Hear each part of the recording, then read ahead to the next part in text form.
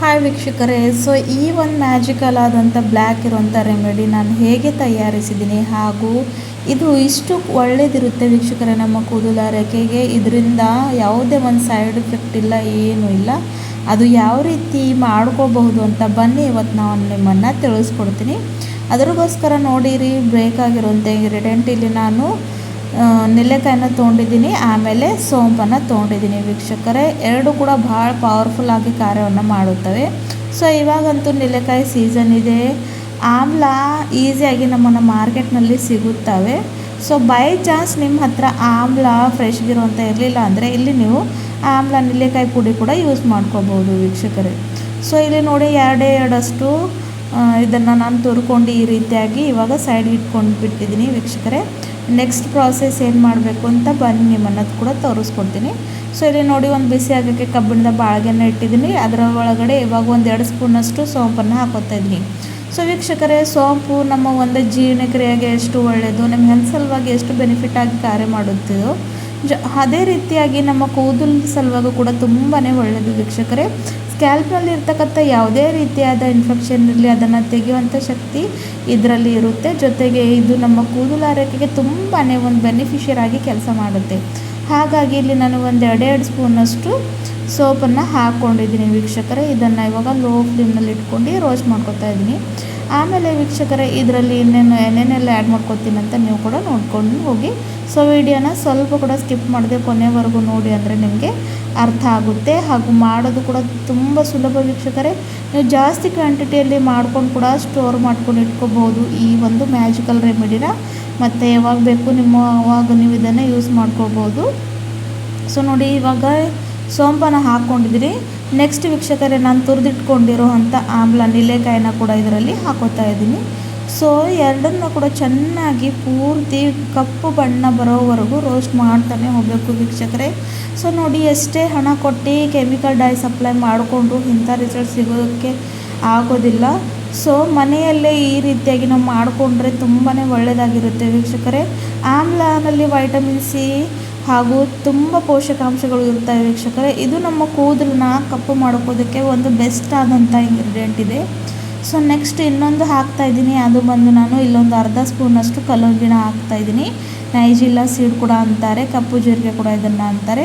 ಇದು ಕೂಡ ನಮ್ಮ ಕೂದಲಾರೈಕೆಗೆ ತುಂಬಾ ಒಳ್ಳೆಯದಾಗಿರುತ್ತೆ ವೀಕ್ಷಕರೇ. ಹಾಗಾಗಿ ಮೂರನ್ನು ಕೂಡ ಹಾಕ್ಕೊಂಡು ಚೆನ್ನಾಗಿ ಲೋ ಟು ಮೀಡಿಯಮ್ ಫ್ಲೇಮ್ನಲ್ಲಿ ಒಂದು 10-20 ನಿಮಿಷದಲ್ಲಿ ಇದು ಆಗೋಗ್ಬಿಡುತ್ತೆ ವೀಕ್ಷಕರೇ. ಸೊ ಇದ್ರ ಬೆನಿಫಿಟ್ ಮಾತ್ರ ತುಂಬಾ ಇದೆ.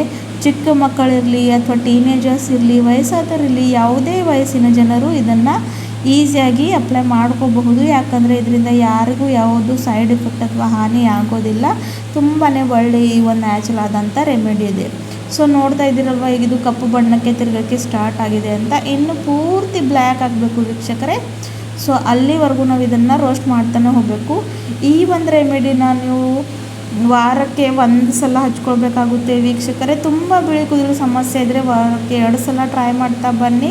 ಸ್ವಲ್ಪ ದಿನಗಳ ನಂತರನೇ ನಿಮ್ಮ ಕೂದಲಾರೈಕೆ ಎಷ್ಟು ಕಪ್ಪು ಬಣ್ಣಕ್ಕೆ ತಿರುಗುತ್ತೆ. ಜೊತೆಗೆ ಹೇರ್ ಫಾಲ್ ಕೂಡ ಕಂಟ್ರೋಲ್ ಆಗುತ್ತೆ, ಯಾಕಂದರೆ ನಾವು ಇಲ್ಲಿ ಹಸಿ ಆಮ್ಲನ ಯೂಸ್ ಮಾಡಿದ್ದೀವಿ. ಹಾಗಾಗಿ ಸೊ ತುಂಬಾ ಒಳ್ಳೆಯ ಆಗಿರುವಂಥ ಈ ಒಂದು ರೆಮಿಡಿನ ನೀವು ಕೂಡ ಟ್ರೈ ಮಾಡ್ಕೊಂಡು ನೋಡಿ, ಮತ್ತು ನಮ್ಮನ್ನು ಕೂಡ ತಿಳಿಸಿ ಅಂತ ಹೇಳ್ತೀನಿ.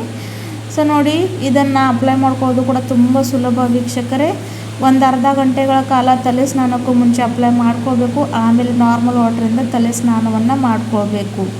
ಶ್ಯಾಂಪೂ ಇದ್ದಂಥ ತಲೆ ಮಾಡಿಕೊಂಡು ಆಮೇಲೆ ಇದನ್ನು ಅಪ್ಲೈ ಮಾಡ್ಕೋಬೇಕು. ಆಯಿಲಿ ಹೇರ್ಸ್ ಮೇಲೆ ಇದನ್ನು ಅಪ್ಲೈ ಮಾಡ್ಕೋಬಾರ್ದು.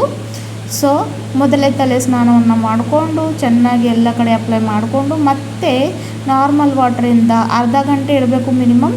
ನಿಮ್ಮ ಹತ್ರ ಟೈಮ್ ಇದ್ದರೆ 1 ಗಂಟೆ ಇಟ್ಟರು ಕೂಡ ಏನೂ ಇಲ್ಲಿ ನಿಮಗೆ ಪ್ರಾಬ್ಲಮ್ ಆಗೋದಿಲ್ಲ ವೀಕ್ಷಕರೇ. ಯಾಕಂದರೆ ಹಾಕಿರೋಂಥ ಎಲ್ಲ ಒಂದು ಇಂಗ್ರೀಡಿಯೆಂಟ್ ನ್ಯಾಚುರಲ್ ಆಗೇ ಇದ್ದಾವೆ. ಆಮೇಲೆ ಜಸ್ಟ್ ನಾರ್ಮಲ್ ವಾಟ್ರಿಂದ ತಲೆ ಸ್ನಾನವನ್ನು ಮಾಡಿಕೊಡಿ. ಸೊ ಇವಾಗ ನೋಡಿ, ಇದು ನಮ್ಮ ಎಲ್ಲ ಒಂದು ರೆಮಿಡಿ ತುಂಬ ಚೆನ್ನಾಗಿ ರೋಸ್ಟ್ ಆಗಿದೆ. ಇವಾಗ ಇದನ್ನು ನಾನು ಒಂದು ಬೇರೆ ಪೋಲ್ಗೆ ಟ್ರಾನ್ಸ್ಫರ್ ಮಾಡ್ಕೋತೀನಿ ವೀಕ್ಷಕರೇ. ಸೊ ನೋಡಿ, ತಣ್ಣಗಾದ್ಮೇಲೆ ಯಾವ ರೀತಿಯಾಗಿ ಇದು ಬರುತ್ತೆ ಅಂತ. ಸೊ ನೋಡಿ, ಇವಾಗ ಇದು ತಣ್ಣಗಾಗಿದೆ. ಜಸ್ಟ್ ಪ್ರೆಸ್ ಮಾಡಿದ್ರೆ ಪೌಡರ್ ಯಾವ ರೀತಿಯಾಗಿ ಆಗ್ತಾಯಿದೆ ಅಂತ, ಕಪ್ಪು ಇರುವಂಥ ಪೌಡರ್ ನೀವು ನೋಡ್ಕೋಬೋದು. ಸೊ ಇವಾಗ ಇದನ್ನು ಫೈನ್ ಪುಡಿ ಮಾಡ್ಕೊಂಡು ಬರಬೇಕಾಗುತ್ತೆ ವೀಕ್ಷಕರೇ.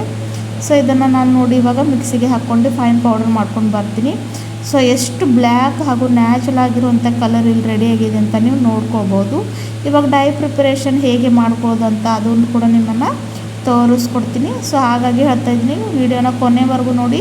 ಒಂದು ಸ್ಟೆಪ್ ಕೂಡ ಮಿಸ್ ಮಾಡಿದ್ರೆ ನಿಮಗೆ ರೆಮಿಡಿ ಪ್ರಿಪೇರ್ ಮಾಡೋದಕ್ಕೆ ಹಾಗೂ ಅಪ್ಲೈ ಮಾಡ್ಕೊಳ್ಳೋದಕ್ಕೆ ಕಷ್ಟ ಆಗುತ್ತೆ. ಆಮೇಲೆ ಮತ್ತೆ ಅದೇ ಕಬ್ಬಿನ ಬಾಳಿಗೆಗೆ ಒಂದು ಚಿಕ್ಕ ಲೋಟದಷ್ಟು ನೀರನ್ನು ಹಾಕ್ಕೊಂಡಿದ್ದೀನಿ ವೀಕ್ಷಕರೇ. ಹಾಕ್ಕೊಂಡು ನೀರನ್ನು ಚೆನ್ನಾಗಿ ಬಾಯ್ಲ್ ಆಗೋಕ್ಕೆ ಬಿಡಬೇಕು. ನೀರಲ್ಲಿ ಒಂದು ಕುದಿ ಬಂದಿದ್ದ ತಕ್ಷಣ ಇದರಲ್ಲಿ ಏನೇನೆಲ್ಲ ಹಾಕಬೇಕು ಅಂತ ಮತ್ತೆ ನಿಮ್ಮನ್ನು ಹೇಳ್ಕೊಡ್ತೀನಿ. ಸೊ ನೋಡಿ, ಸೊ ನ್ಯಾಚುರಲ್ ಆಗಿರುವಂಥ ಇಂಗ್ರೀಡಿಯೆಂಟ್ಸ್ನ ನಾವು ಎಷ್ಟು ಮಟ್ಟಿಗೆ ಯೂಸ್ ಮಾಡ್ಕೊತೀವೋ ಅಲ್ವಾ, ಅದು ಅಷ್ಟು ಒಳ್ಳೆಯ ರೀತಿಯಲ್ಲಿ ನಮ್ಮನ್ನು ಕಾರ್ಯ ಮಾಡುತ್ತೆ ವೀಕ್ಷಕರೇ. ಸೊ ನೋಡಿ, ರೆಡಿ ಮಾಡಿಟ್ಕೊಂಡಿರೋಂಥ ಪುಡಿನ ಹಾಕ್ಕೊಂಡು ಇವಾಗ ನಾನು ಇದನ್ನು ಮಿಕ್ಸ್ ಮಾಡ್ಕೊತ ಹೋಗ್ತಾ ಇದ್ದೀನಿ. ಲೋ ಫ್ಲೇಮಲ್ಲಿ ಇಟ್ಕೊಂಡು ಪೂರ್ತಿ ಕಲರ್ ಚೇಂಜ್ ಆಗೋವರೆಗೂ ಹಾಗೂ ಚೆನ್ನಾಗಿ ಇದು ಒಂದು ಡೈ ಹದದಲ್ಲಿ ಬರೋವರೆಗೂ ನಾವು ಇದನ್ನು ಪ್ರಿಪೇರ್ ಮಾಡ್ಕೊಳ್ಬೇಕಾಗುತ್ತೆ ವೀಕ್ಷಕರೇ. ಸೊ ಅಲ್ಲಿವರೆಗೂ ಇದನ್ನು ಲೋ ಫ್ಲೇಮ್ನಲ್ಲಿ ಇಟ್ಕೊಂಡು ಕುದಿಸ್ಕೊಳ್ಬೇಕಾಗುತ್ತೆ. ಸೊ ನ್ಯಾಚುರಲ್ ಆದಂಥ ಈ ಒಂದು ರೆಮಿಡಿ ತುಂಬಾ ಸುಲಭವಾಗಿದೆ ವೀಕ್ಷಕರೇ. ಸೊ ಈ ಒಂದು ಪುಡಿನ ನೀವು ಜಾಸ್ತಿ ಪ್ರಮಾಣದಲ್ಲಿ ಮಾಡಿಕೊಂಡು ಏರ್ ಟೈಟ್ ಕಂಟೈನರ್ನಲ್ಲಿ ಹಾಕ್ಕೊಂಡು ಕಾಚಿನ ಜಾರಿನಲ್ಲಿ ಬೇರೆ ಯಾವುದೇ ಒಂದು ನಾವು ಕಂಟೈನರ್ನಲ್ಲಿ ಇದನ್ನು ಸ್ಟೋರ್ ಮಾಡ್ಕೊಳ್ಳೋದಕ್ಕೆ ಆಗೋದಿಲ್ಲ. ಸೊ ಕಾಚಿನ ಬೌಲ್ನಲ್ಲಿ ಟ್ರಾನ್ಸ್ಫರ್ ಮಾಡಿಕೊಂಡು ಇಟ್ಕೊಳ್ಬೇಕು. ಸೊ ನೋಡ್ತಾ ಇದ್ದೀರಲ್ವ ಯಾವ ರೀತಿ ಮಟ್ಟಿಗೆ ಕಪ್ಪಿರುವಂಥ ಈ ಒಂದು ನ್ಯಾಚುರಲ್ ರೆಮಿಡಿ ರೆಡಿ ಆಗಿದೆ ಅಂತ. ಸೊ ತಲೆ ಸ್ನಾನಕ್ಕೂ 1 ಗಂಟೆ ಮುಂಚೆ, ಇಲ್ಲ ಅಂದರೆ ಜಸ್ಟ್ ಹಾಫ್ ಆನ್ ಅವರ್ ಅಂತೂ ಹಚ್ಕೊಂಡು ಆಮೇಲೆ ನಾರ್ಮಲ್ ವಾಟರಿಂದ ತಲೆ ಸ್ನಾನವನ್ನು ಮಾಡ್ಕೊಳ್ಳಿ. ಕೂದಲು ತುಂಬಾ ಕಪ್ಪಾಗುತ್ತೆ ಹಾಗೂ ಕೂದಲಿನಲ್ಲಿ ಒಂದು ಹೊಸ ಶೈನ್ ಬರುತ್ತೆ.